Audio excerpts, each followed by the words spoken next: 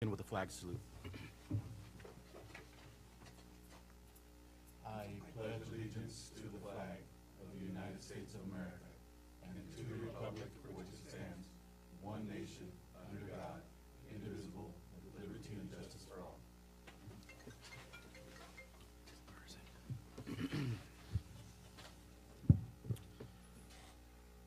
Okay, I'd like to welcome our guests this evening. Mr. Gonzalez, thank you for being here. Moving on to item A3, I'll entertain a motion to approve this evening's workshop agenda. So moved. Motion made by Director Mike Garza, Second. second by Director Simmons. Any discussion? Hearing none, all in favor? Aye. Aye. Any opposed? Motion carries 4-0. And moving on to item B1, there's no request to speak. And then moving on to item B2, introduction of the Director of Information Technology, Dr. Hurst. To reload that. Or am I in the right? Wrong one. I'm sorry, I'm in the wrong meeting. You can do that now if you want. My bad. So moving on to item C1. This is the budget presentation. Gina. Okay, so there's a few few board meetings every year where I get to talk a lot, and this just happens to be one of them. So the budget presentation is put together kind of a little bit in a story format. So in conjunction with our motto, where everyone grows, I'm giving some history on where we've been as a district, where we are, and where we're going. So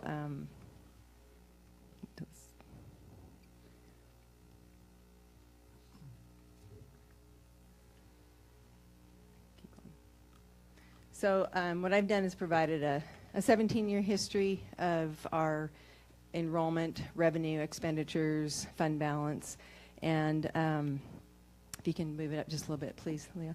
The percentage of growth in our enrollment from 2001 to the projection of our current year is about a 55% growth.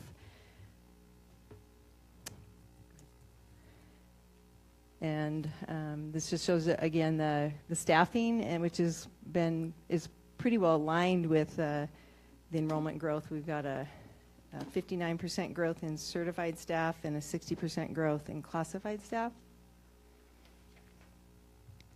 And I'm going to spend a little bit of time on this grid just because of the blue highlighted areas.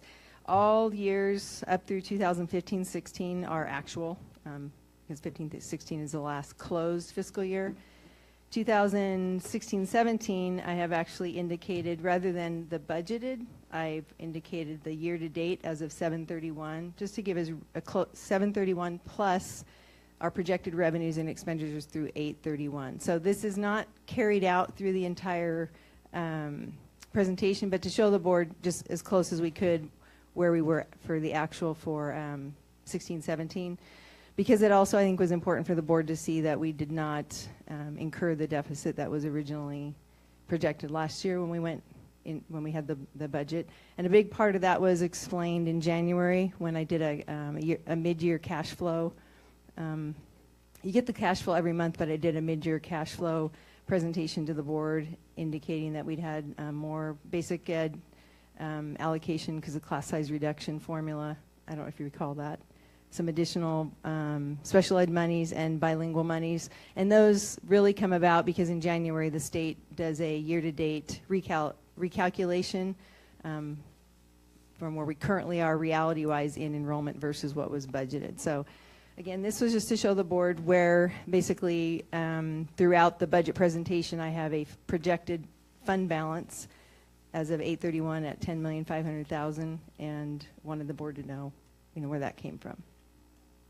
So if there's not any questions, we'll just kind of keep moving on. The next few slides continue with some history before we get into the 17-18. So this is basically the previous slide, but in a graph format. So, Gina, I'm just going to ask a real general question. Sure. About the numbers here. It was kind of a surprise to me. Well, first let me ask this. Enrollment for 2016-17, was that the budgeted enrollment, or is that the final No. actual enrollment? No, it was budgeted. The only thing Okay. for 16-17 in this entire presentation that is year-to-date actual adjusted is what's on this That one slide. table. Okay. Because you'll see in further slides, it actually has the budgeted, so the deficit shows there, but I have subnotes just, tying this slide so that you can see where That that's makes at. a lot more sense. It was going to lead to my next question of if we had a decrease in student population, how do we have an increase in revenue? But obviously, we Yeah, our budgeted for enrollment went fewer up a little. Mhm. patients. See, I'm just left fewer students than we had budgeted for. Or, I'm sorry, we budgeted for fewer than we actually Right, had. and the big revenue generated funds came from the class size reduction that was budgeted for versus what we were actually funded. So we were funded at a lower class size reduction, or lower class size in our K-3, which generated additional revenue. And that funding happens whether or not we achieve the lower class sizes? Moving forward, yes, but even in 16-17, we had, I believe we had been, I estimated as like 20, the classes of 20 for K3, and we actually came in just under 19, it was about 18.75. So we were not funded at 17 like we will be moving forward in the next year. Okay. To answer your question, whether we actually achieve that or not for 17-18 will be funded. For 18-19 in the legislative session, the districts will be required to move that direction, or the funding will be adjusted to actual. Gotcha. Okay. Any other questions before I move on? Okay, so and then this slide just shows again the graphing of the surplus deficit for the 17-year period that was in the prior table. So this slide is really just similar information in a different format, but a smaller, rather than a 17-year look, we're looking at 2014 through the projected 17-18. And it just gives the board a snapshot on revenue growth with percentages, as well as, this is where I talk about the 2016-17 deficit as budgeted is in here, with a footnote that the actual year-end anticipated fiscalness will be in the positive. So,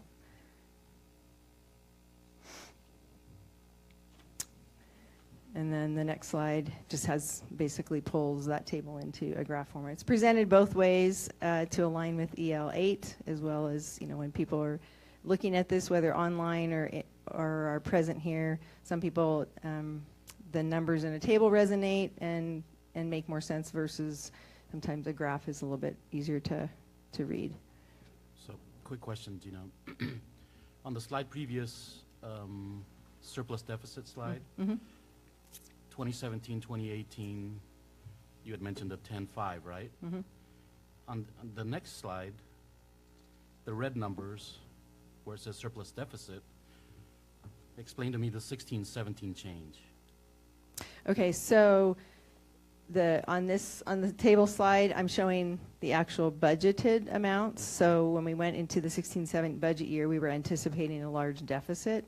That didn't come to fruition. So the 10.5 estimated fund balance as of 8/31 is the actual adjusted. We're not having that. We're not going to have a deficit. So that's where the budgeted. This next slide is actually reflecting this table. Okay. So it's a slide that reflects the budgeted, versus the previous slide about 5 or 6 slides back reflected the actual year-to-date for 16-17, which shows a positive. But I think it was very important that I pulled in the budgeted numbers, because people look at the budgeted numbers and they're going, well, this was your budget, and so I'm providing both year-to-date actual, because we're almost done with the year. So as of 7/31, I know exactly where we are, revenues and expenditures, and I know within a couple $1,000s of what we're going to receive and spend the month of August. So that's where, does that answer Yeah, that? it does make Okay. sense. So your This is all budgeted information, other than the fund balance. You adjusted that based on. Yes. Okay. And that's what I know they're really tiny, the subnotes at the bottom. So moving past this slide, we jump into 17-18.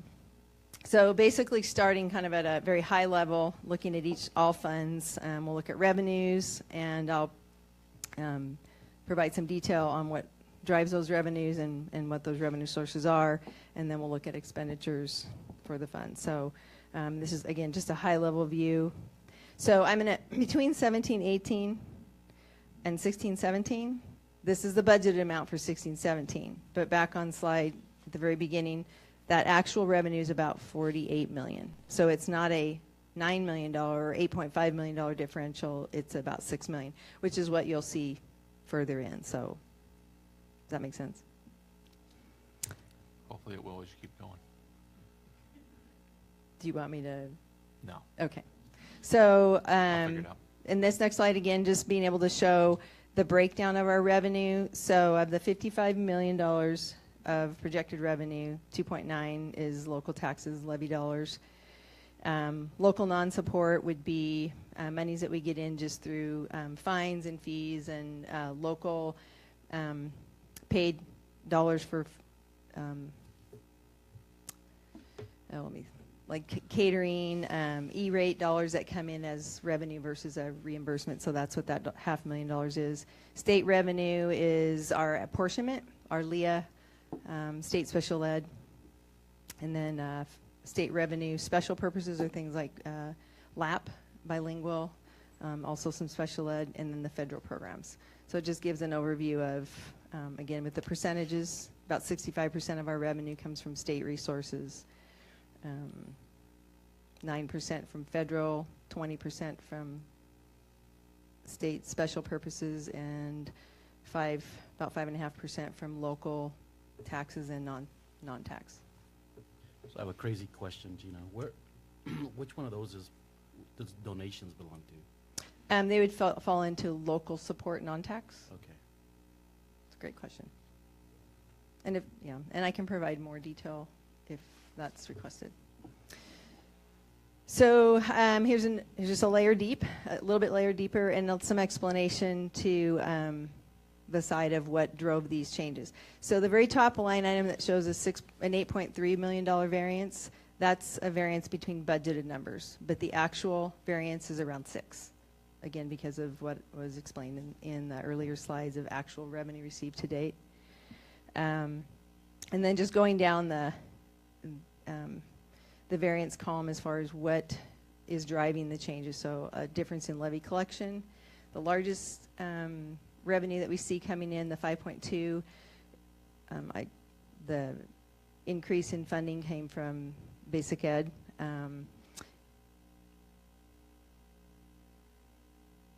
Class size reduction. There's increased funding for COLA and benefits that came through. Some changes in the maintenance, supplies, and operations fees, the LEA funding. So those all added up to $5.2 million between, or actually, the actual change.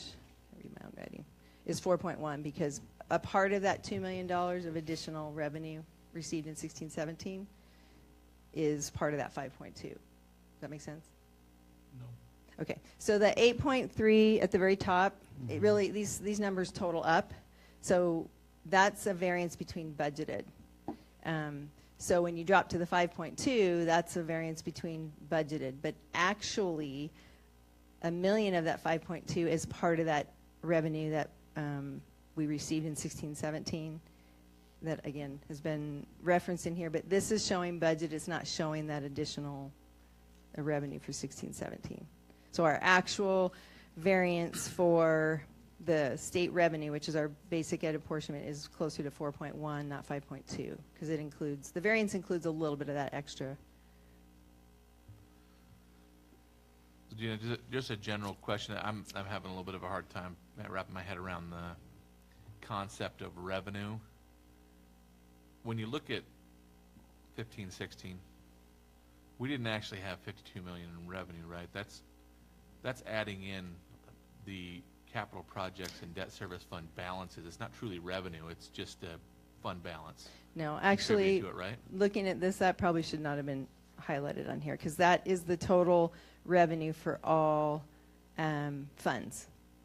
But if we were to transfer 3.5 million from capital projects into, or general fund into capital projects, it shows up as revenue for capital projects, but it's really just a transfer of funds, right? Right, because if you go back 2 slides, can you go back 2 slides, please? Right there, that grid right there, if you look at the 2015-16, the 52,959,000, that's a total of all revenues. So in theory, that 3.5 million from general to capital project was considered an other resource. And so into capital projects, it's booked as a revenue. Gotcha. But you are important, correct. I think, is when someone from the public asks, that's really not revenue that we got. That was just money that was moved from one fund to another. Yes. Which shows up as revenue.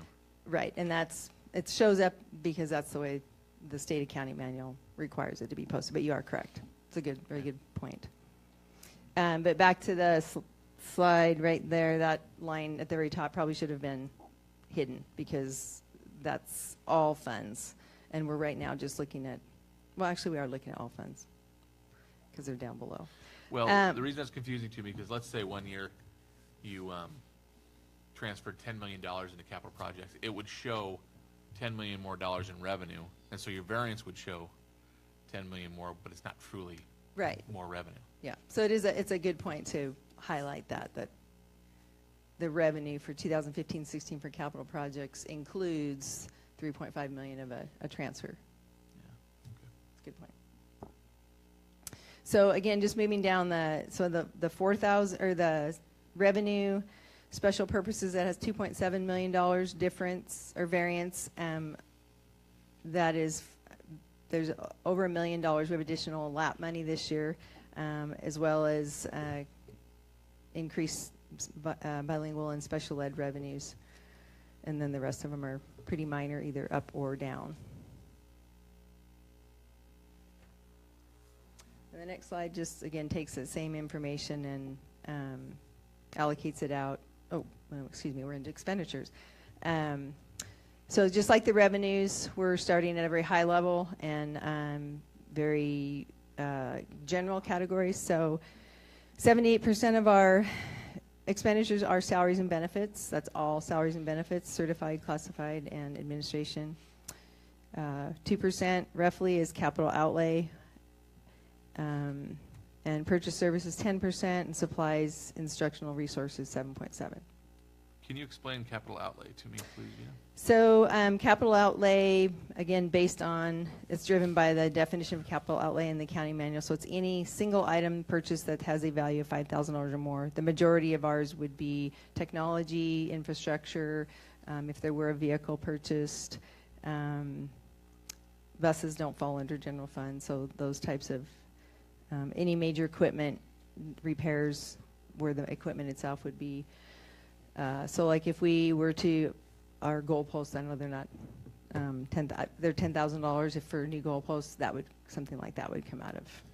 And because we're only talking about the general fund, this would not show any capital outlay for facilities. That's correct. Okay. Thank you. Mm-hmm. And then the next slide is simply the previous slide, but again, kind of broken out into categories. So 2017-18 expenditures are 6.4 million above 2015-16.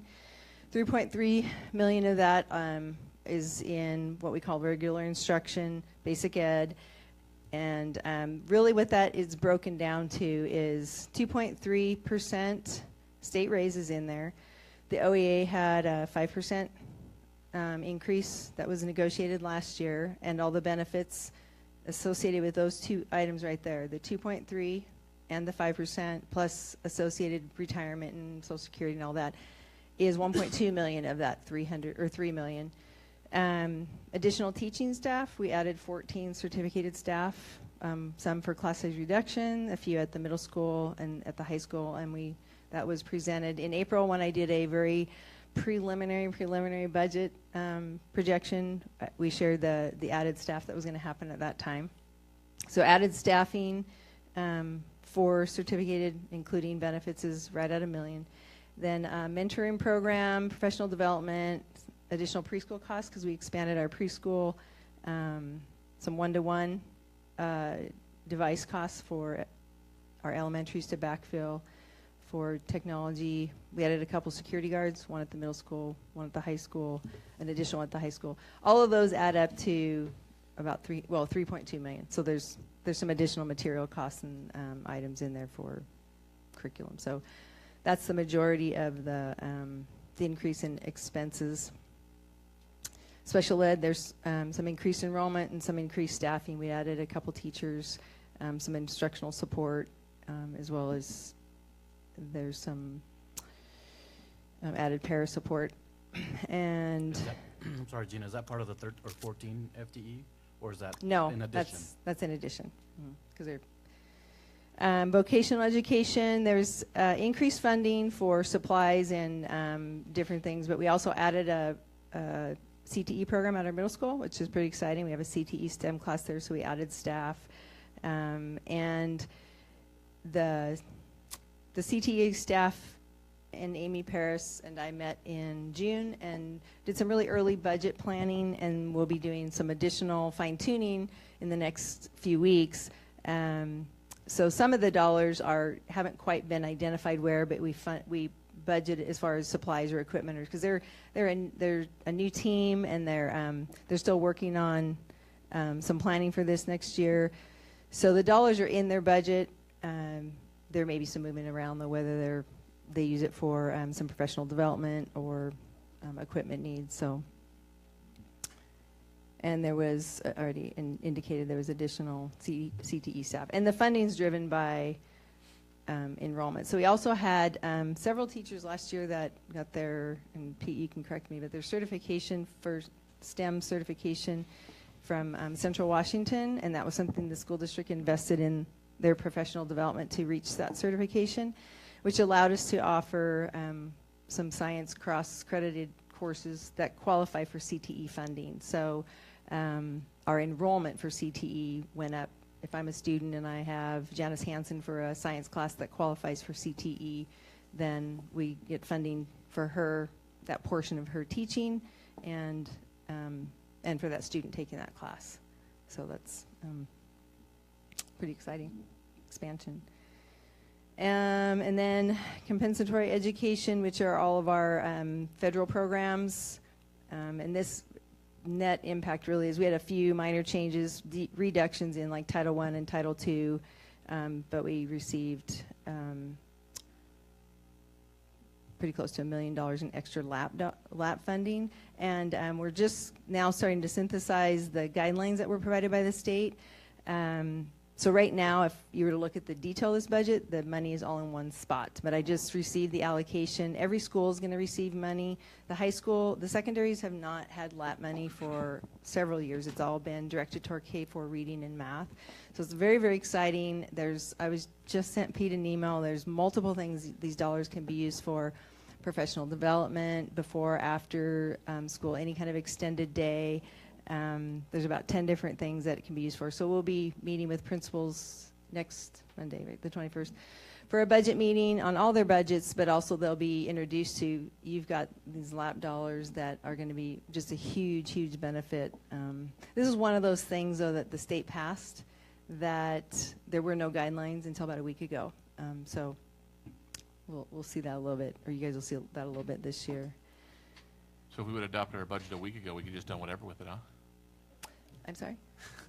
If we would have adopted the budget a week or two ago, we could have just done whatever we wanted with that money? No, or? it was sitting in there. I knew that the guidelines were coming. Darn. But, so, and then the next slide, we've got additional monies in bilingual, which they have very, very strict strings on how you use that. So our bilingual students obviously will benefit from that. And then the next one, kind of noteworthy of any kind of conversation, is the support services has just under a $600,000 increase. And to the right identifies some of the central office transformation positions hit the 97, and those are mainly in, we had added an HR position the district secretary position, a small percentage of teaching and learning. Most of teaching and learning hits our basic ed and our special programs dollars, not this particular budget code. Utility costs, we ramped them up to match this year. Hopefully they're not as expensive this year with the kind of winter we had. The portable lease and a little bit of a change in compensating absences that we have to plan for, which are sick leave and vacation. All those cash outs, you have to plan and budget as if they're all going to happen, even though they don't. So, and then some changes in food service and pupil transportation.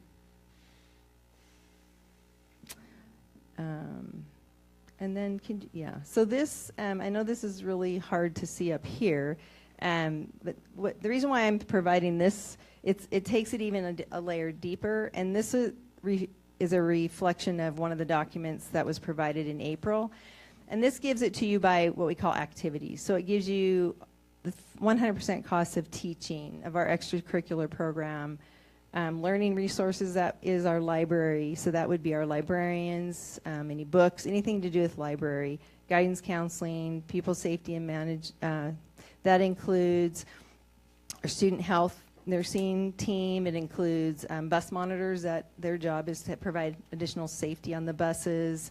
We have the SRO contract with the city, so anything to do with the safety is tied to this activity 25, or excuse me, yeah, that's for 25. Health services, I correct myself. Health services has our nursing and all of our psychs and occupational therapists and all of those. So that's a large number, but we have a lot of psychologists and occupational therapists and speech therapists, anything to do with student health services.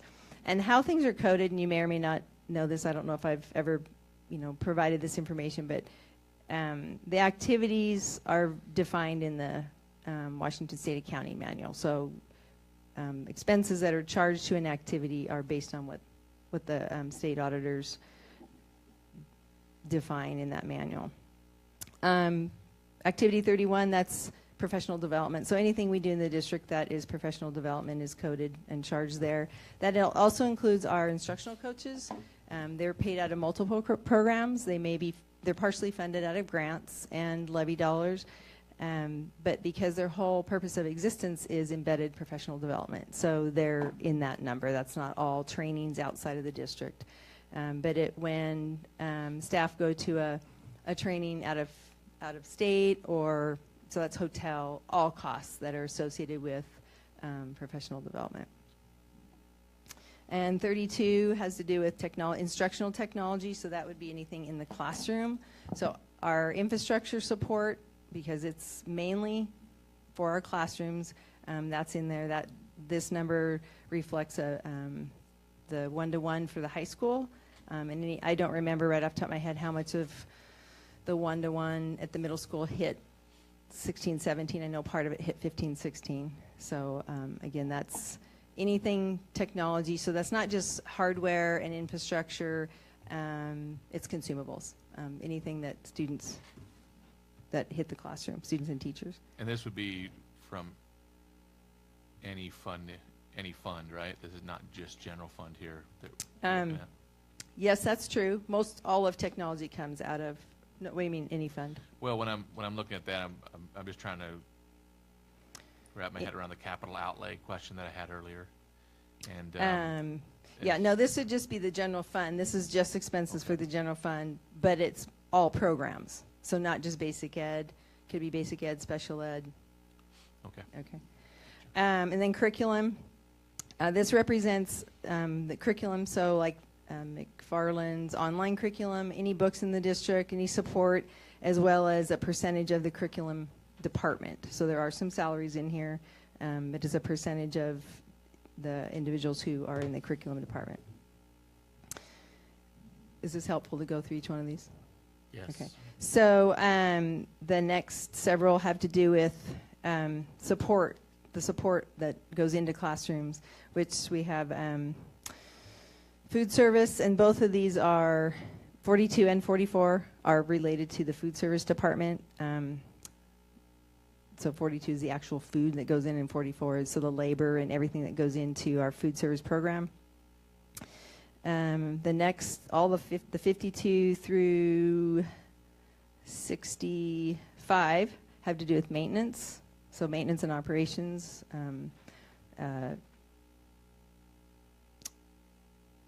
Maintenance of our, 53 is maintenance of our transportation. Oh, I'm sorry. All the blue has to do with the transportation department. So operations are all of our bus drivers, gas, fuel, all that goes into the operation of the buses. The maintenance would be our mechanics and everything that ties to making sure they operate well, which I'm going to take a side note here. We had a very good, we had a perfect inspection this summer. All of our buses passed inspection, so that's really good.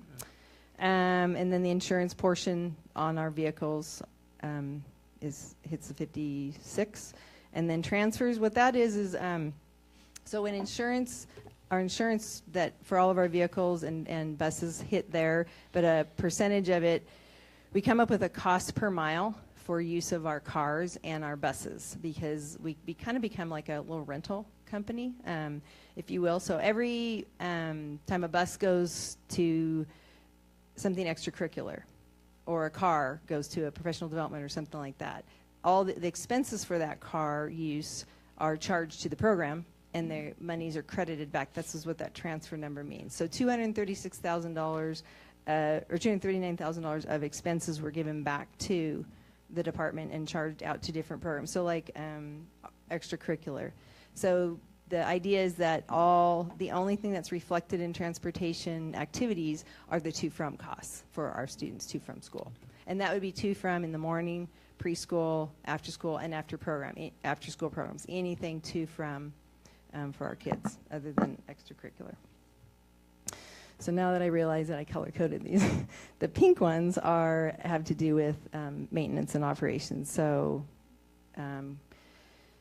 grounds maintenance, operation of buildings, maintenance operations. So there's labor, materials in all of these, because the maintenance of the buildings, operations of buildings, that's going to have our custodians, and anything to do with cleaning and grounds maintenance would be our summer, all the work for mowing and irrigation and that type of stuff.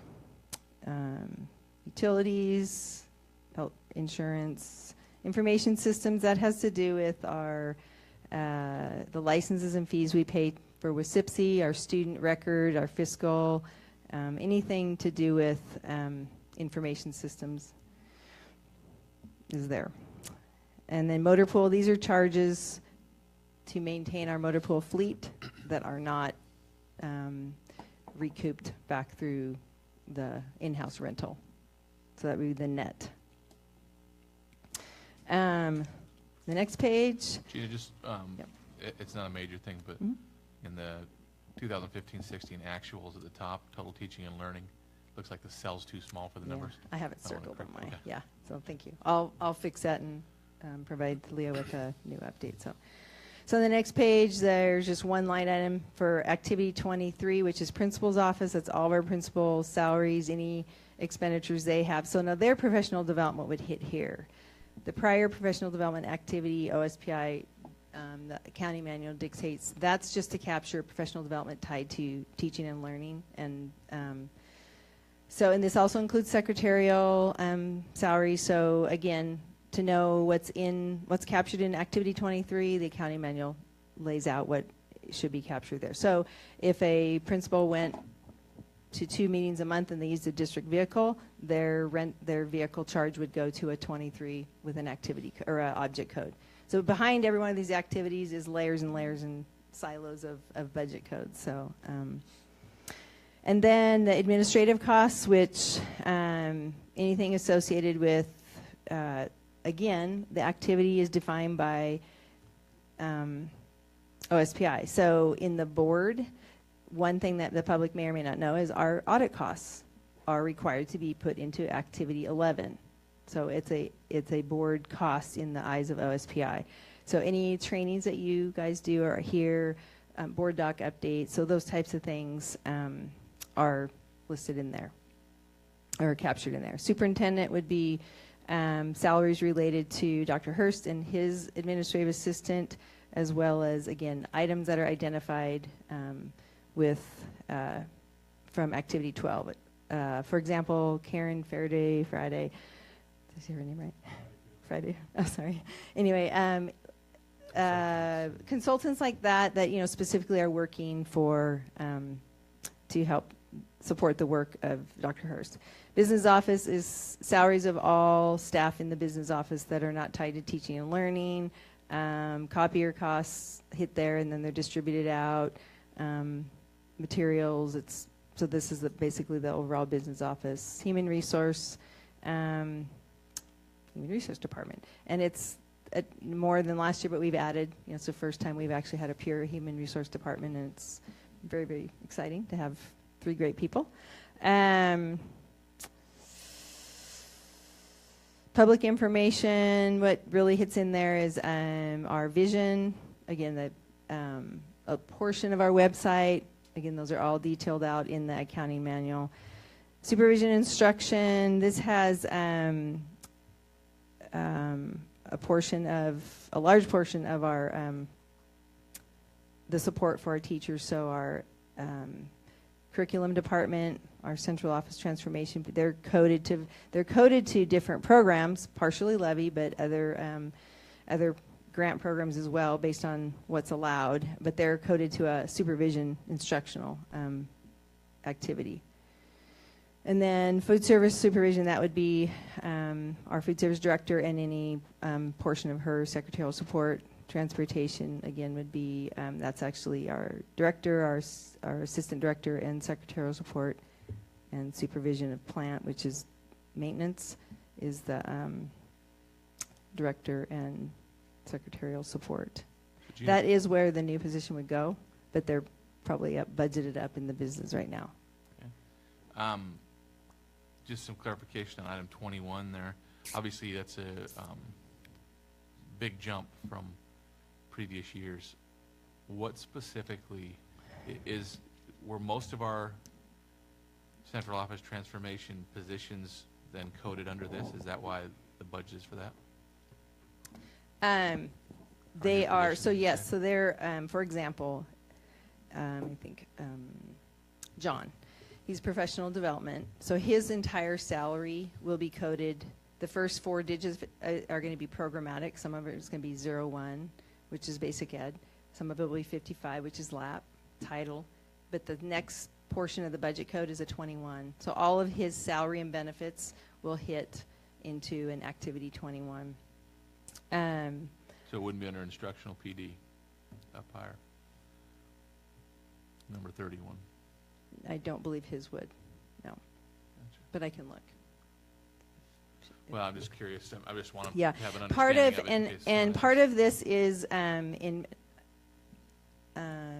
prior years, like last year, because I don't know if you remember, we reallocated some resources that were previous, especially considering John's. We're not going to use as much money going out in purchase services, which would be up in 31, although it didn't go down.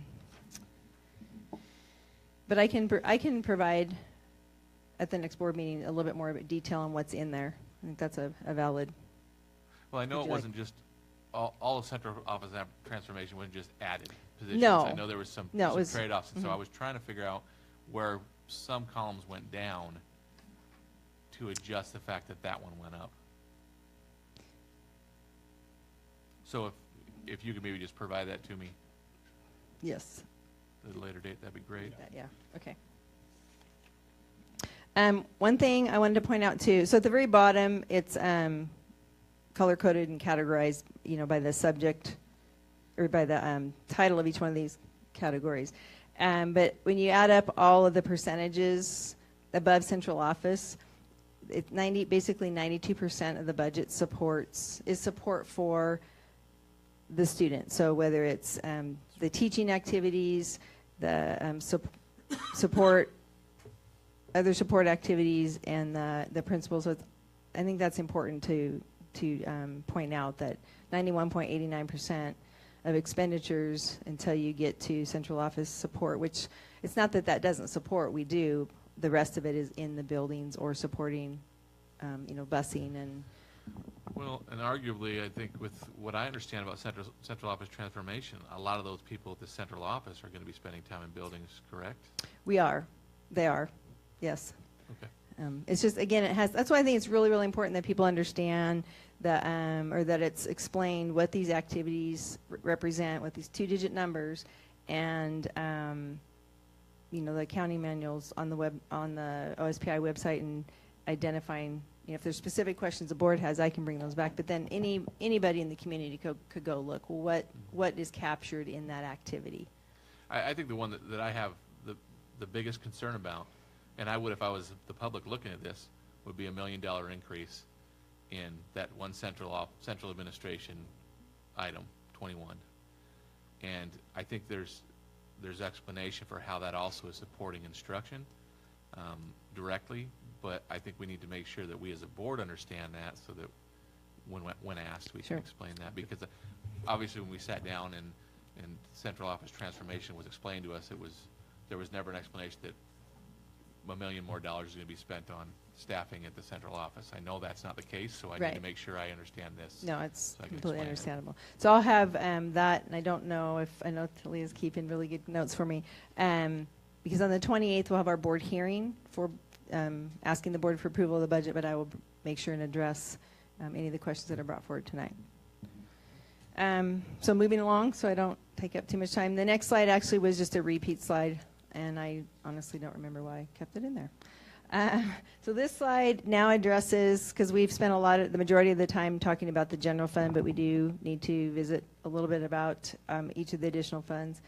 So for capital projects, we've already identified, the big difference between 2016-17 is 2016 we purchased land, and there was additional things budgeted for in 2016 that didn't happen.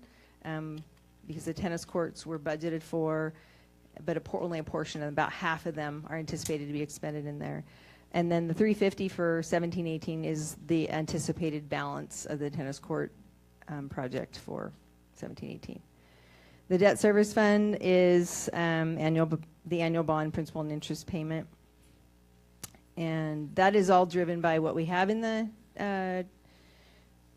debt service fund at the end of the year, and we look at the bond payment, and we have to monitor that our fund balance in the debt service fund isn't too high. So, and then ASB, which reflects all ASB funds, all the schools, so it's an aggregate for all the schools.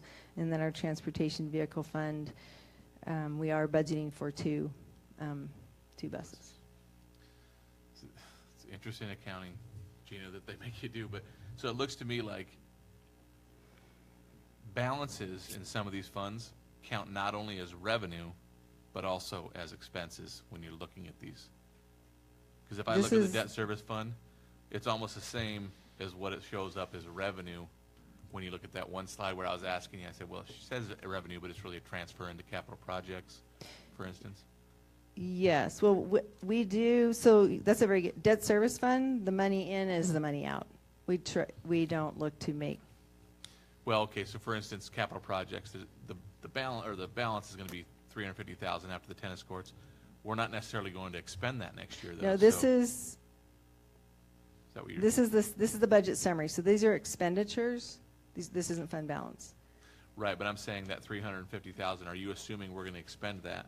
'Cause you Yes, said that's gonna our be the balance. projected expend. That's my All right. projected expenditures. The remaining where I misunderstood. expenditures. Yeah. So we'll still have a balance in the capital projects fund after that, and I think that's actually on the next page, the next slide. So that's a great question.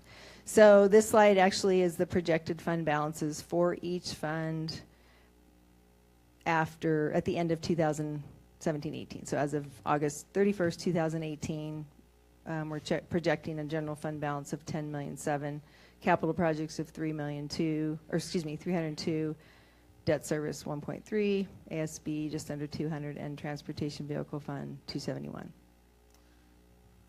So if the expectation of the capital projects balance will be 300, I'll just round it, and expenditures will be 350, then we're thinking at the beginning of of this year after the tennis courts is going to be 650, or is that 350? No, this part of 302 is tennis after, courts? so the, Partially tennis courts, the 350?